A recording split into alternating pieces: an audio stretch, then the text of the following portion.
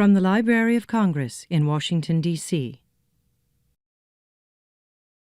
Ireland is fortunate to have a rich literary heritage. Over the centuries, our writers have enlarged our country's global footprint and embedded images of Ireland and its people in the imaginations of readers everywhere. Colm Tóibín stands firmly in this proud tradition. What I especially admire about his work is its immense variety. He is renowned for his Wexford novels, which are set in the county of his birth, but his work has an immense range, with novels like The Master, The Testament of Mary, and most recently, House of Names, stretching his imagination well beyond the bounds of his own home place and personal experience. He's made important contributions to literary criticism through his writings on Elizabeth Bishop and Augusta Gregory, and, as any reader of the New York Review of Books will attest, is amongst the best essayists in the English language. Finally, Colm has contributed to the public life of Ireland as a journalist and critic, with his perceptive analyses of, for example, the Easter Rising and its centenary last year. He is an artist of profound gifts. To the ambassador's words, I might add that in the 4 years since I last met him, Colm has also found time to write a Tony-nominated play for Broadway, see his work translated to the silver screen and nominated for Best Picture at the Oscars, and in the past few months, co-curated an exhibition of American painting at the Morgan Library. He is a virtuoso and celebrated as such the world over. Translated into more than 30 languages, he has won almost as many major literary prizes and been shortlisted for countless more, including 3 times the Booker Prize. And later this year, the Dayton Literary Peace Prize will present him with their Lifetime Achievement Award, named after the US diplomat Richard C. Holbrooke, in recognition of Colm's writing's social impact. And that impact has been profound, ladies and gentlemen, because as well as being one of our nation's greatest writers, as our ambassador noted, Colm has also been one of its sharpest critics, and indeed a catalyst for its social change. Bad Blood, his account of walking the border between Northern Ireland and the Republic in 1986, captured the tensions, contradictions, and personal tragedies of a troubled time in Irish history. In The Blackwater Lightship and other writings, his unsentimental depiction of what it then meant to be gay in Ireland contributed in no small way to changing what it now means to be gay in Ireland. In May 2015, days before the Irish people became the first in the world to embrace marriage equality by popular vote, Colm gave a public lecture at Trinity College titled The Embrace of Love. On the grounds where Oscar Wilde was educated, there could have been no more eloquent or impactful case for equality. But in case I misrepresent him, let me correct myself. Though he's written from the perspective of the Virgin Mary, Colm is no saint. A piece in The Telegraph some years ago described him as austere in writing, wicked in person. As a reader of his work, as an admirer of his sentences, I would dispute the former. But having been lucky enough to spend some evenings in his company, I can confirm that the latter is true, in the very best sense. Our ambassador has had the pleasure of interviewing Colm several times before and asked me to finish this afternoon by telling you all that you have a great treat in store. I believe that at the end of Colm's remarks, there'll be an opportunity for you to pose questions. And I want to remind you that from 2:30, you can do yourself a very great favor and have one of not only Ireland's, but the world's great writers sign your copy of House of Names. So with that, please join me in welcoming Colm Tóibín to the National Book Festival.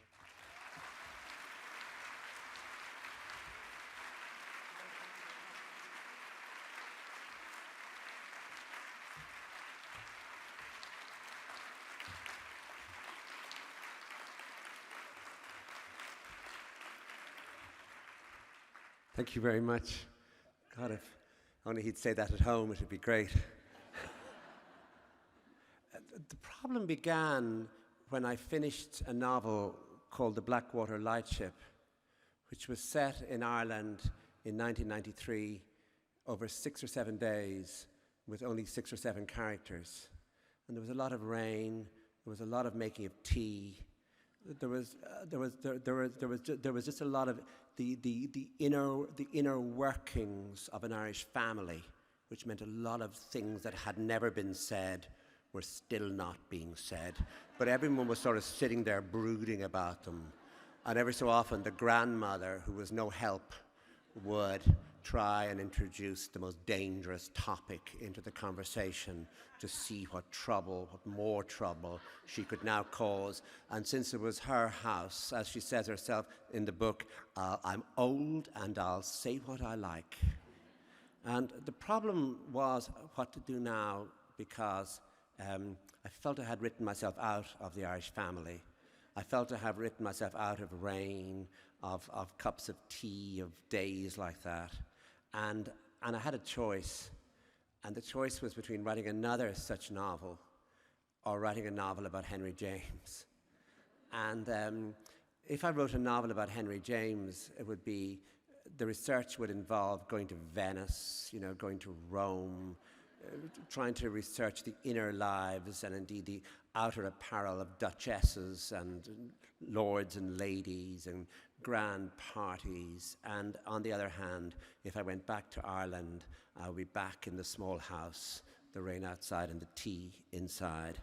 And one of the things I discovered, which I didn't almost know when I started the Blackwater Lightship, was that whole idea of what women's voices in a country like Ireland, where there has been so much repression of various sorts, what women's voices do when there is an opening for them.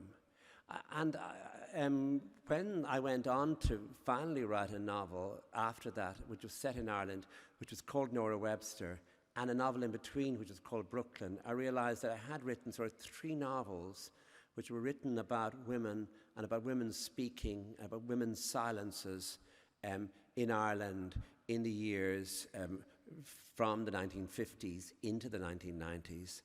I suppose the memory would be that if upstairs there were 3 or 4 women in my mother's bedroom, and downstairs there were 3 or 4 men in the room below, and I'm the little boy moving between the 2 spaces.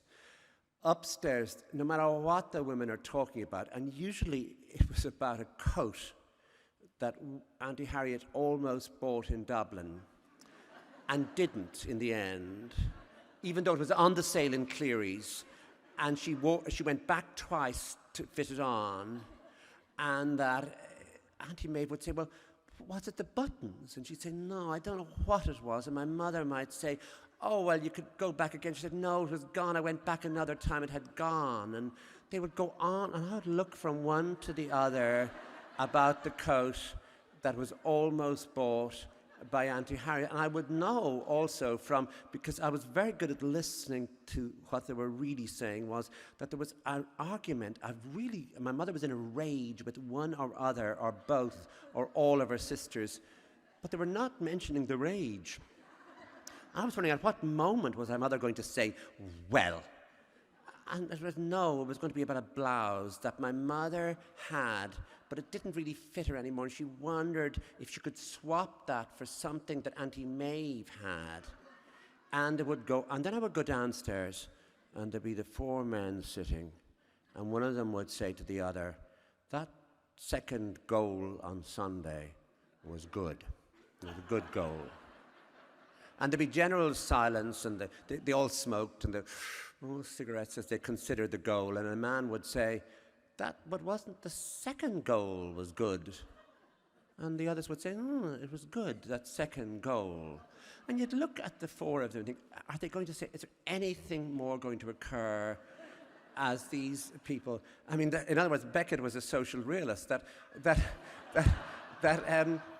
one of them could say, he's a good player, all right. And they would nod solemnly, silently, daring you to say anything else. And then someone would say, but his brother, he had it in him as well. And they'll say, he did, but he didn't do. And then there'd be a big discussion, the brother and the difference between the brother and him. And then you go back upstairs to find that my mother had emptied out her entire wardrobe and had arranged a swap of everything she didn't like for stuff that Auntie Maeve had. And you'd realize that whole idea of if a woman came to the house who wasn't one of the aunts, she could sit for the whole evening talking about something. And if a man came, he could sit for the whole evening just looking straight ahead of him, saying that no, he wouldn't have more tea, he didn't think he would. Or, he might. And that might be the nearest thing to drama, that difference between the fact that he would, he wouldn't, or he might. And that's the world we lived in. And so that you could put it into the books. The problem then was that I wrote it's like what Alice McDermott's been saying, that you always feel you're constantly, despite the best help of Irish diplomats, that you're about to be found out, and that phone call or that encounter with the editor will be the end of you, where they will say, this book really now. And you'd say, well, it's fine, don't worry. I wonder if it's about, and I'm not going to use the C word, the colonized word, but I wonder if it's about poverty or some sort of strange sense of no matter what you do, you're going to be fired from your job, or your house is going to burn, or the English are going to come, or something's going to happen to you, or worse, the English are sort of not going to come. You're going to have to go to them. In other words, that emigration, that you'd think if you did anything really wrong at home, someone did something very wrong, they'd say, he went to England. Or in the case of a woman, it would even be more telling, she had to go to England, you know what I mean? And so that whole sense that at any moment something could occur, that you always need to have a second book almost finished. So if the editor says, look, give this up, this Henry James nonsense is not for you. I mean, who do you think you are? You say, well, actually, I have another little Irish book waiting. So that sense of that you always need to be working on two books. I mean, what Alice McDermott said about Jonathan Galassi, you live in fear of that phone call, and you always know what to do. Oh, no, it's fine, don't worry, I don't like it either. And that, in fact, I have another book. I think the other book will be, And so in the spring of 2000, I began two novels. And with the opening of the Henry James novel, I was able to describe a moment in the life of Henry James when he has an absolute disaster in the theatre.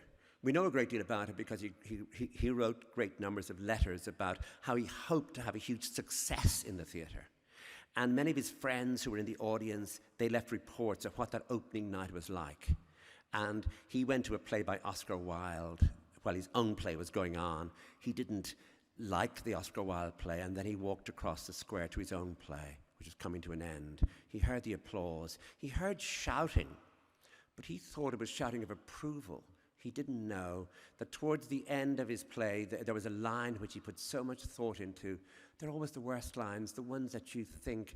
There was a line where one of the characters has to say, I am the last, my lord, of the Domvilles.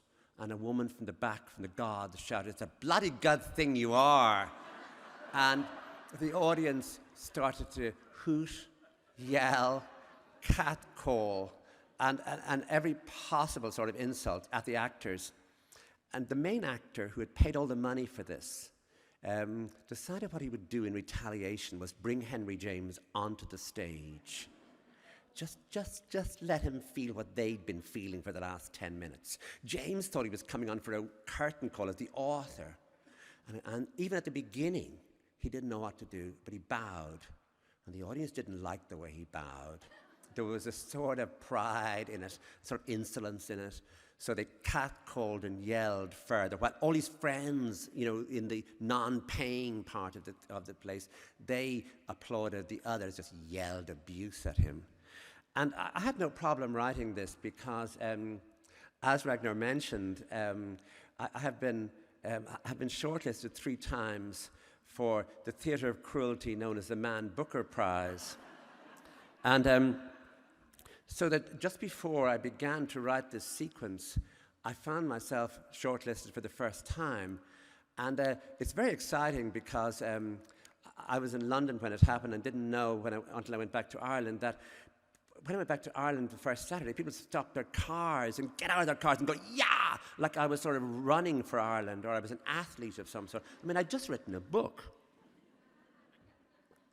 And then, I mean, the main thing, my mother always said the main thing to do when before you go out ever is to wash under your arms.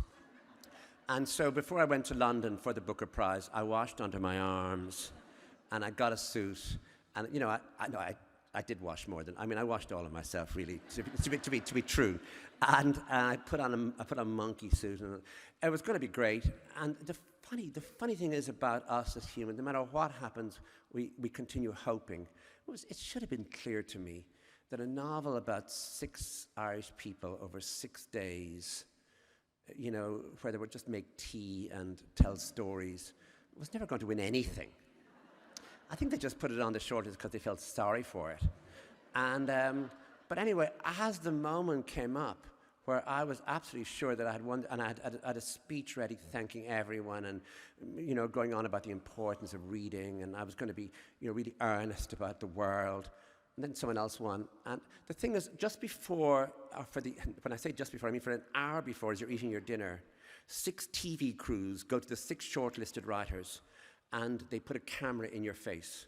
And the closer the camera comes to your face, the more sure you are you've won the prize. And you keep saying to everyone beside it, look, it's coming right in on me. And then, of course, the minute you don't win, they just turn the lights off on you completely. So it's almost as though the lights have been on you for so long, you think you're now in the dark. And people are literally afraid to be seen with you. If you go to the men's bathroom, men will not do what they must do beside you. You have to go into the place where you lock the door and just, you know, do it in there. And then, as you're walking out, people who you know well just slip by you. And then you go out onto the street and you think, oh God, it's too late to get the last flight back to Dublin. I have to be in London. What was I ever doing here? So I gave all those emotions to Henry James. And it was very, very useful experience. If I'd won, I wouldn't have known what to do. Whereas losing was just great because I could make Henry, you know, I could give that disaster that occurred to me, I could give it to Henry James. But the other novel that I started became the novel which was called Nora Webster. And I started it in the spring of 2000. And I would keep promising myself to add to it. And every summer I would add a bit, I would erase a bit. It was really the story of what happened in our house in the 3 or 4 years after my father died, in the between 1967 and 1972, when I was 12 and my younger brother was 8 and my mother was there. And so the 3 of us were there in the house as we attempted to rebuild our world in the absence of my father, as my mother found a job, as myself and my younger brother just worked out what we could and couldn't say, or what silence was really like, or the fact that the silences were so filled with things. And every year, as I said, I would add to it. But also, every year I would do anything not to add to it. So if anyone invited me anywhere, I would go. So I was anybody. So I went to Texas, I went to Austin to teach for a semester, and instead of writing my book. And Austin's great. I mean, people really in Austin love Austin. They have big stickers up, keep Austin weird, and they're really proud of Austin. And it's changed a lot. I mean, this was in 2006, 2007. So it's changed a bit, but I felt about it like Brendan Behan felt about Toronto. You know, they arrested Brendan Behan in Toronto, so he took against the place, and when he was leaving, they asked him what he thought of Toronto. He said, it'll be lovely when you finish it. So, I mean, I felt the same a bit about Austin. You know, the one side of the street was there, but where was the other side of the street? And anyway, I felt homesick. I wanted to go home. Things that I don't even like in Ireland, you know, Irish bread, Irish weather, the Irish news, Irish radio, things that I despise in Ireland, really. I thought I would lie in bed in the morning in Austin and wish I was at home in Ireland, where at least I had the choice, where at least I had some Irish bread nearby. So the idea, here was I, you know, 50 or something years old, feeling homesick. And just the idea of, you know, missing things and crossing off the days and realizing in December I'll be going home. And suddenly I knew what home was. And when I went home, I thought, I really have to go back to this book. And so I went back to work on the novel, which became the novel Nora Webster. And in the first few pages, I found the story. I needed to put in something about visitors coming to the house. That in the aftermath of my father's death, which would happen at home, was very common, the house would be just filled with people, and be filled with people talking. And they would, obviously at the beginning, express sympathy, and they would be very soft. But then the conversation could go on about any other topic. It was an amazing gift to a novelist. This little 12-year-old sat and listened to all of them. And one evening a woman came, and she talked about her daughter in Brooklyn. Brooklyn. It wasn't America, it wasn't Manhattan, it wasn't New York, it was Brooklyn. And she had letters from her and things from her. And often the most interesting part of the evening was when someone left the house and the others would start talking about them. And you'd find out something really interesting, usually, if you listened carefully. Often you'd be put out of the room eventually when something very, very private was being told. But if you just sat there quietly, you'd hear. And I heard the story that the woman's daughter had come back from Brooklyn, and that she had been married in Brooklyn, but she'd taken her wedding ring off because she didn't want them to know she was married, because then they would know that she was going back to America forever. It was just there. So I needed to put a story like that to give a sense of what was happening in the house. I used that story. I took it precisely from memory. I remember the woman coming, her scarves, her hat. She'd not been in the house before. I knew what her name was. I knew where she lived. I just put it in as a small detail at the beginning of the story. And then I found myself rereading the first chapter. And when I saw in those 4 or 5 sentences about her daughter, I realized that that was a story. And that I would do anything to stop Nora Webster. So I stopped and thought, this is just a little story about a young girl going to Brooklyn and coming home. And of course, once more, the emotion that had been with me just before I started to write, the idea of homesickness, the idea of what morning sounds are like in a country that is not a familiar country, the idea of never being sure. For example, if you go in Ireland, I mean, it's changing now, but if you would go in the morning to get a cup of coffee, and the man might say to you, or the woman behind the counter, are you going to have the coffee here, or are you going to take it away with you? And you'd say, no, listen, I think I'll take it away with me. And that would be but in America, in Austin, it was to go or to stay. I didn't know what that meant at the beginning. I would say, and then I'd have to make a quick decision. You mean the coffee? And then, the coffee. I said, God, I don't know. And they'd look at you meaning, what, you don't know? And almost everything. And also that you drive on the wrong side of the road here, which is very disturbing for somebody, these are just 2 small examples of the ways in which, it takes you a long time to become familiar. But I think it's the things you can't name almost that make you homesick. I mean, I named bread, I named radio, but just a feeling in the air, a sense of familiarity, a sense when you're away that every day is a challenge, and that there's no ease in the air. That was with me as something that I had been living with for 1 semester. I started to put that into the book, and I started to make the character, as I'd made the Henry James failure from my own failure, or indeed from the judge's failure to recognize the sheer importance and worldwide, implications of my novel, that so too my own homesickness made its way into that book. And so I stopped writing Nora Webster. And when that book was finished, I thought, well, that's the end of Ireland. If I thought one more time about emigration, missing home, mothers, farewells, all the sadnesses of Ireland, And I thought, and also people were complaining to me that the girl in my novel, Brooklyn, was really passive, whereas she was just my Auntie Harriet. I mean, in other words, that my Auntie Maeve would bully my Auntie Harriet in exactly the same way as Rose would bully Ailish in the novel. She was the younger sister of two, who just the older sister controlled everything, and the younger sister did what she was told. And this was what would happen to the younger sister if you moved her away from that control, that she would still seem somebody who was easy to control, who was easy to manage. But I began to think I'd better not do that again. And also I was really, one more mention of Enniscorthy, where I'm from and where the novels had been set.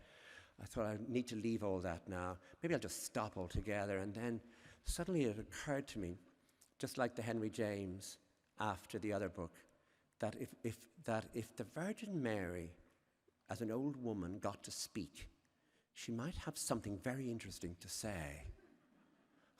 And once that occurred to me, I just started writing that down, what she would say. And of course, that became a novel which was called The Testament of Mary. But all the time, I was meant to be writing a novel called Nora Webster. And I always had it there. You know, in other words, if the publisher had said, no one wants a novel at the moment about the Virgin Mary, I mean, there really isn't a need for such a book. I would have said, well, I have another novel just ready. And eventually, I thought I should finish the book.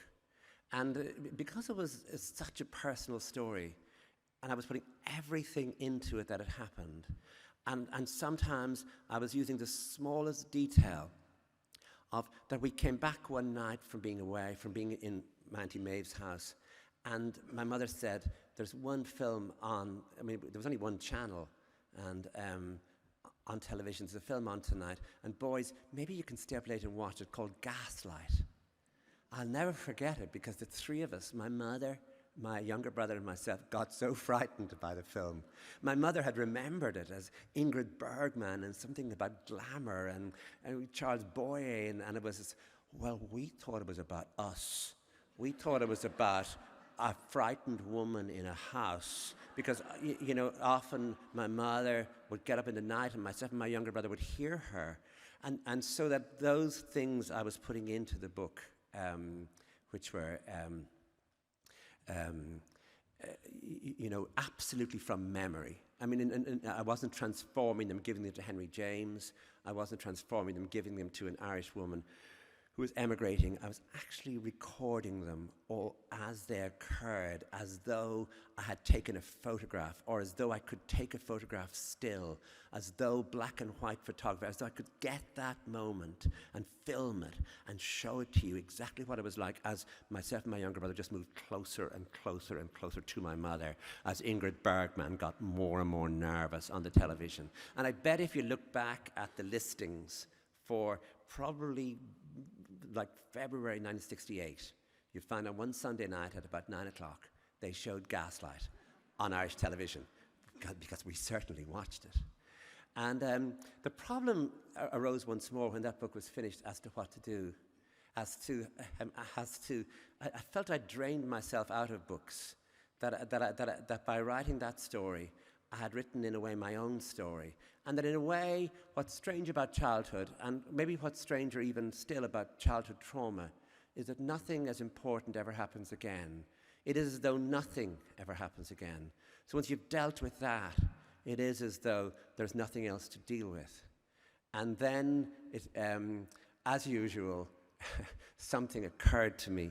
There was, I just need to say something first about the whole idea of what has happened with religion in Ireland. That when I was growing up, there were some Protestants in Enniscorthy, but we were mainly Catholic. And everybody, people were always going to confession. And you go over on a Saturday and the whole town will be waiting at various confession boxes on two sides, and people with one priest could be very difficult if you went to. My mother went once and told a priest that she couldn't think. My mother said she didn't commit any sins, and she couldn't think of any sins she committed. But she had to go to confession because that's what you had to do. So she couldn't think, so she just said, well, one night I forgot to say my night prayers. And there was a very stern silence on the other side, and the priest said, "You forgot to say your night prayer." "Are you a mother?" I said, "I am." "A nice mother," he said. As though somehow or other she must be a very bad mother. A nice mother, he said sarcastically, meaning that she couldn't be a good mother because she'd forgotten once to say her night prayers. But people told those sort of stories about confessions, that some priests were hard. But now that's all, that began to disappear. And suddenly it was penance, everyone's sins were forgiven by a priest from the top of the altar. You didn't have to go to the priest, sit in the confession or kneel in the confession box and tell him, I told a lie, Father. And he'd say, "What sort of lie?" And you didn't have to do that. That was over. They also abolished limbo, which I thought was quite a nice thing at the time. I mean, there was heaven, there was hell, there was purgatory, but then there was just limbo where nothing much happened. And I thought that might be a nice place because you wouldn't have all the pressures of all the other places. And they actually abolished it. It just didn't happen anymore. But there was something interesting that I discovered that also disappeared, which was a whole idea of animism or paganism that had survived within Irish Catholicism. For example, it was said that if someone in a family was going to die, a knock would come to the door, just a knock, and you would hear it, and it would be at a strange time, and you would know. And recently I went to see the house where my grandmother was born, and I realized it was way from the main road. It was way down a lane. And of course, a knock in the night, a knock on the door in the night would be the most astonishing idea. But then I remembered asking, when did that stop? I mean, that no one, when we went into the 1980s, no one talked about that anymore. And so I'm going to read a small bit from this novel, House of Names, where I'm going to, where Clytemnestra, whose husband Agamemnon has invoked the gods because he wants the winds to change for the beginning of the Trojan War. And the gods have said, if you sacrifice your own daughter, the winds will change. And so he invites his wife and his daughter to come, and he lures them there. He sacrifices the daughter. And this is the mother in the aftermath of this, where she thinks about that idea of asking the gods for things. "I had spies to tell me when he would come back.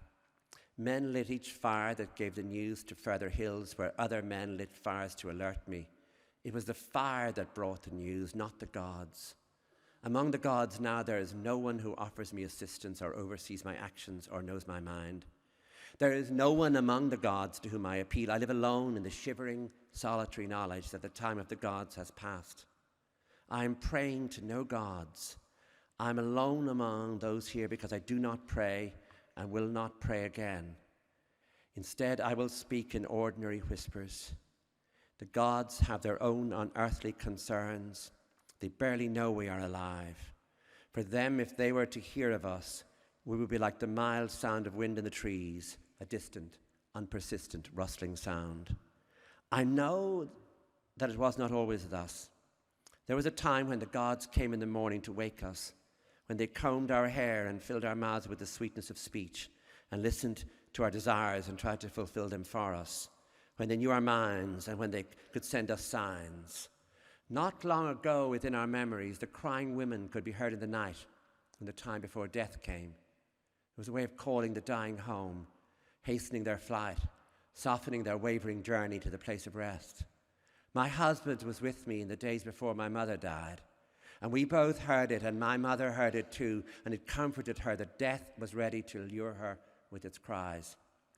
That noise has stopped. There is no more crying like the wind, the dead fade in their own time. No one helps them. No one notices except those who have been close to them during their short spell in the world. As they fade from the earth, the gods do not hover over with their haunting, whistling sound. I notice it here, the silence around death. They have departed. The ones who oversaw death, they have gone, and they will not be back. And that's just another illustration of the idea that I've talked about before of using things, of whatever is on your mind, in the case of the Henry James, in the case of the going to Brooklyn, in the case of exile, but also in this, a time where a time of faith clashes with the time where faith is, or at least where certain sorts of rituals are beginning to change. And so although this novel is ostensibly set in ancient Greece, it's also set in the Ireland in which I was brought up and the Ireland in which I live. I think we might have time now for one or two questions. If anyone has anything to ask me, I will try and tell the truth.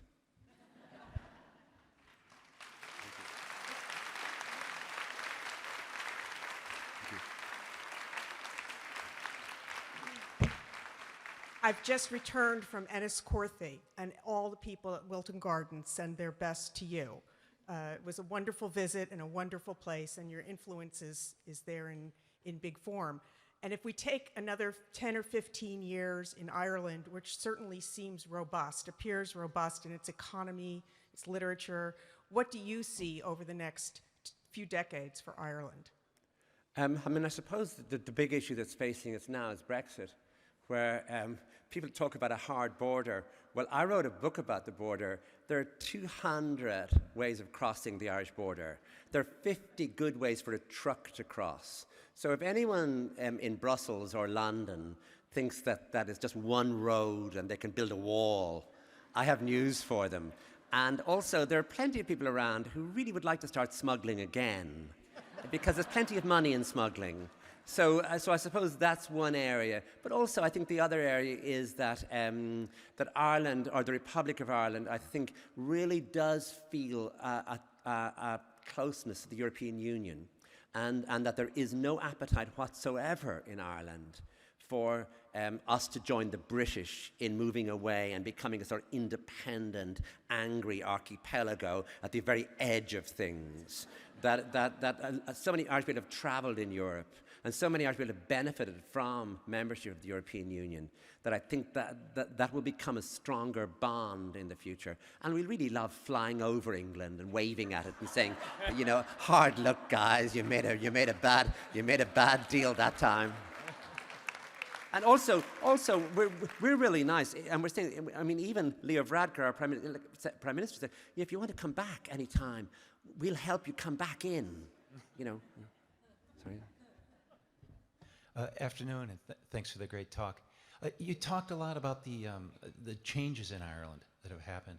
What continuities through Irish history have been important and are important to you as a writer and as an Irishman? Oh, I think that some of the continuities would be interesting if you could ask the right questions. I mean, I think the idea of family is very important.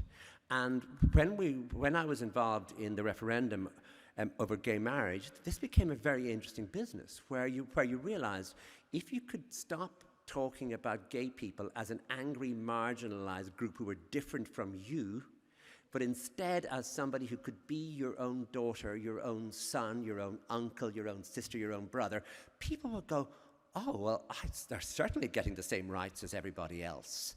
And so in that referendum, you saw that sort of loyalty coming, where, I mean, you were advised not to go to the door with your boyfriend, but to bring your aunt, your mother, your sister, to bring the great talkers of the family with you. And just shut up. Just for once, if you're gay, shut up. Let them talk. And let's say, this is my son, and he's gay, and his brother is straight. We were all at his brother's wedding. It was great. We'd love to go to his wedding. Just lend us your vote. And people would say, and he's your son. And they'd look at the two of you. And everyone talked about it as being at door, people who were going to vote no, saying, well, if that's the case, I'll think about it, because I wouldn't like you to feel left out. And it's that sort of intense loyalty around family, I think, has still remained, and I think is very important. It's something you see at Christmas when, for example, people come in from America or come in from Poland or come in. And I think that's why the Polish people who've come to live in Ireland have, I think, functioned so well. They want to go home for Christmas too. We understand that about them. And so that whole idea of belonging, not just to Ireland, but to a place in Ireland. In other words, that you're from, where you're from? Oh, you're from Enniscorthy. that sort of says something about you. So that all of that sense of belonging and family, I think, has absolutely remained intact, despite all the other changes, and in fact may even be stronger. So, I mean, that's one good thing that has happened, despite, you know, some other things that I could. Also, the roads are better, you know, and so it's much easier to get home, and sometimes it's much easier to get away. So thank you very much. Thank you very much, everybody. Thank you. Thank you.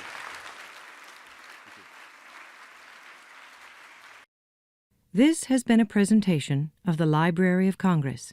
Visit us at loc.gov.